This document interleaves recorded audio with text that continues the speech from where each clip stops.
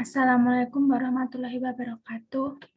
Perkenalkan, nama saya Betty Nur Anggreni dengan NIM 202113119, Prodi D3 Keperawatan. Di sini saya akan menyampaikan materi mengenai demokrasi. Sejarah demokrasi. Menurut sejarah, sistem demokrasi sudah mulai dipraktikkan sejak zaman Yunani kuno. Dengan sistem tersebut, rakyat terlibat langsung dalam pengambilan keputusan yang berkaitan dengan keberlangsungan sebuah negara. Jadi, seluruh perkara kenegaraan harus dibicarakan langsung dengan para rakyatnya. Demokrasi murni atau demokrasi langsung adalah sistem yang diusung di zaman tersebut. Ribuan tahun kemudian, pada abad ke-6 sebelum Masehi, bentuk pemerintahan yang relatif demokratis diperkenalkan di negara-negara bagian Athena oleh Cleisthenes pada 508 sebelum Masehi. Kondisi tersebut membuat Cleisthenes dikenal dengan panggilan Bapak Demokrasi Athena. Saat itu, Athena menganut demokrasi langsung dan memiliki dua ciri utama, yakni pemilihan warga secara acak untuk mengisi jabatan administratif dan yudisial di pemerintahan, dan majelis legislatif yang terdiri dari semua warga Athena. Seluruh warga Athena, terkecuali wanita, budak, orang asing, pria di bawah usia 20 tahun, memiliki hak dapat berbicara dan memberi suara di majelis Athena. Meski dibuat oleh majelis, demokrasi di Athena berjalan dengan kontrol langsung dari rakyat. Rakyat akan menyuarakan pendapatnya lewat majelis atau pengadilan untuk membantu kendali politik di Athena. Definisi demokrasi. Demokrasi sendiri merupakan sistem pemerintahan dari rakyat untuk rakyat dan oleh rakyat, di mana setiap orang dapat mengambil bagian perihal keputusan yang akan mempengaruhi kehidupannya dalam bernegara. Demokrasi berasal dari bahasa Yunani, yaitu demos dan kratos. Demos bermakna rakyat atau halayak, sementara kratos bermakna pemerintahan. Demokrasi sebagai sistem pemerintahan yang mengizinkan dan memberi hak kebebasan kepada warga negaranya untuk berpendapat serta turut serta dalam pengambilan keputusan di pemerintahan. Pengertian demokrasi menurut para ahli. C.F. Strong, demokrasi adalah sistem pemerintahan di mana mayoritas rakyat berusia dewasa turut serta dalam politik atas dasar sistem perwakilan, yang kemudian menjamin pemerintahan mempertanggungjawabkan setiap tindakan dan keputusannya. Yang kedua, Aristotle.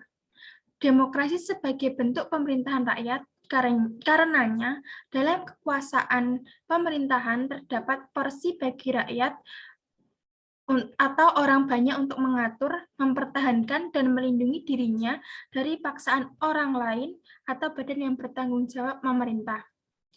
Yang ketiga, Aristoteles.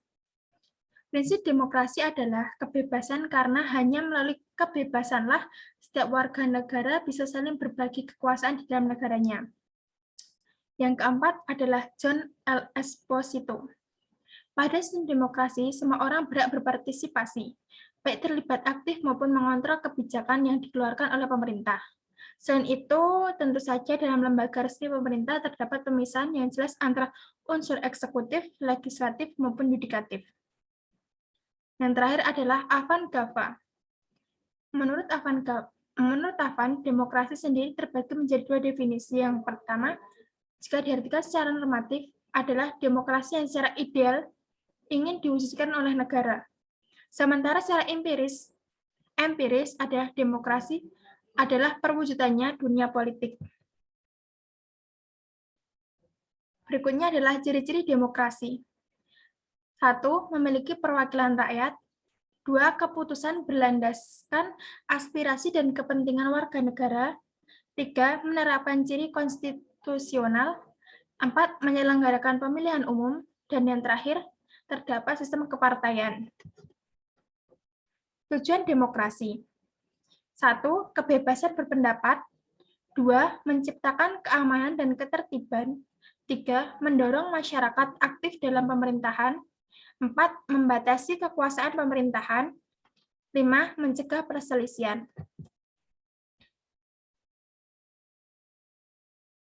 Macam-macam demokrasi. 1.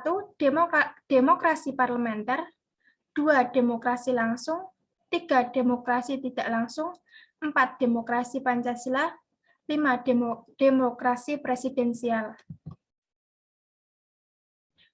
Kemudian yang berikutnya adalah prinsip-prinsip demokrasi. Yang pertama, negara berdasarkan konstitusi. 2. Jaminan perlindungan hak asasi manusia. 3. Kebebasan berpendapat dan berserikat. 4. Pergantian kekuasaan berkala. 5. Peradilan bebas dan tak memihak. 6. Penegakan hukum dan persamaan kedudukan. Dan yang terakhir adalah jaminan kebebasan pers. Demokrasi sebagai pandangan hidup. 7 norma-norma dan pandangan hidup demokratis adalah sebagai berikut.